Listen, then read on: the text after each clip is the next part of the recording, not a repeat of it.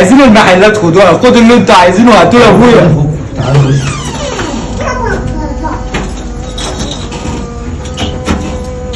بصوا بقى، انا جمعتكم النهارده عشان نقسم الورث ونشوف هنعمل ايه.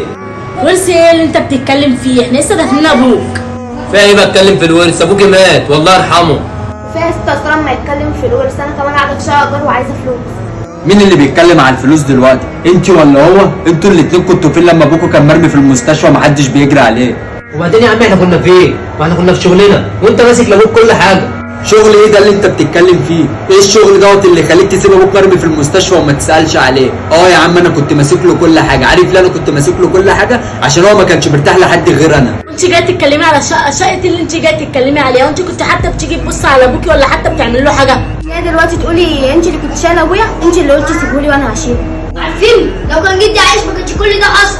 انت محتاجه فلوس عشان خاطر تجيبي شقه، وانت محتاج فلوس. معرفش محتاج فلوس ليه وانت اصلا ما كنتش بتسال على ابوك. انا محتاج حاجه واحده، انا محتاج حضن ابويا، محتاج حضن ابويا، محتاج دفى ابويا.